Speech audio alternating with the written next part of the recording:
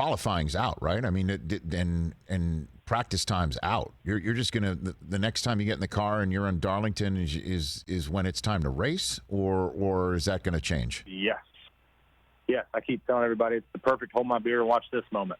We're going to go out and just jump in, and green flag's going to drop. So, for us or for new sports fans that don't really pay attention to NASCAR, we have usually about a 3-day schedule where we get to practice and qualify and get to set up underneath the skids, come in and make adjustments, and then line up for the race, hopefully with the best possible setup.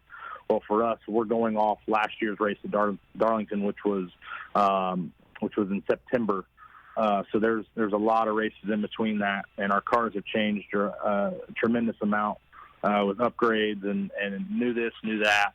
And so we're all kind of worried about those first couple of laps if we have our travels right, if we have the setup close enough to where we can be competitive.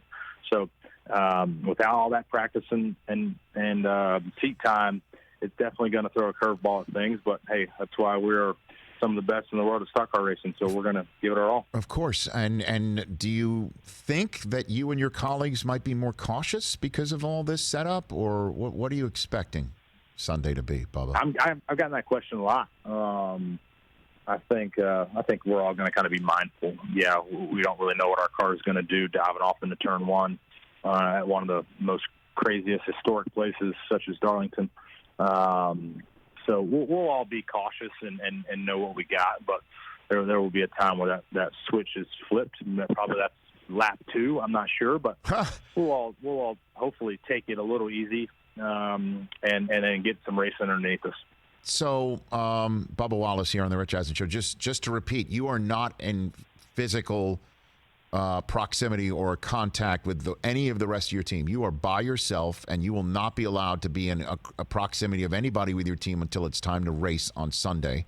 And then you're going to go through. Yeah, even that. I think. I think we'll still go through what all is going to happen, but I won't see or talk to anybody physically. It'll be through phone or from a very safe distance. We will be separated. We are told if the race is at 3:30, we are told to be strapped in our cars at 3:20, and we leave our bus at 3:19. Like it's that critical and that strict on who's around, what time we have to walk and move. So it's they've gotten it down to a T, and I would hate to be them in this time and leading up to this time. I'm sure they've been up day and night. NASCAR, I'm speaking. They've been up day and night trying to figure out how we can get racing back in front of fans. And there won't be any fans this time. How weird's that going to be, do you think? Mm-hmm. How weird's that going to be? It's going to be different, but I told a couple people it's like a glorified test session. So when we were allowed to test, like we would have some preseason testing, and the last one I did was last year in January at Vegas, and there was 20 plus teams there. There was very little fans just because it was, middle of the week. But I think it's going to be like that. But now, something that it's going to be a test session for the first couple of laps.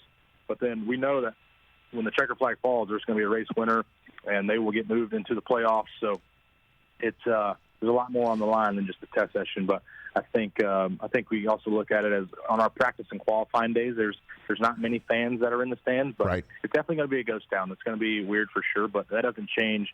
For sure, it doesn't change my competitiveness. We're still going to go out there and give it our all. Hey, you watched all the way to the end. Thanks for that. Watch more right here.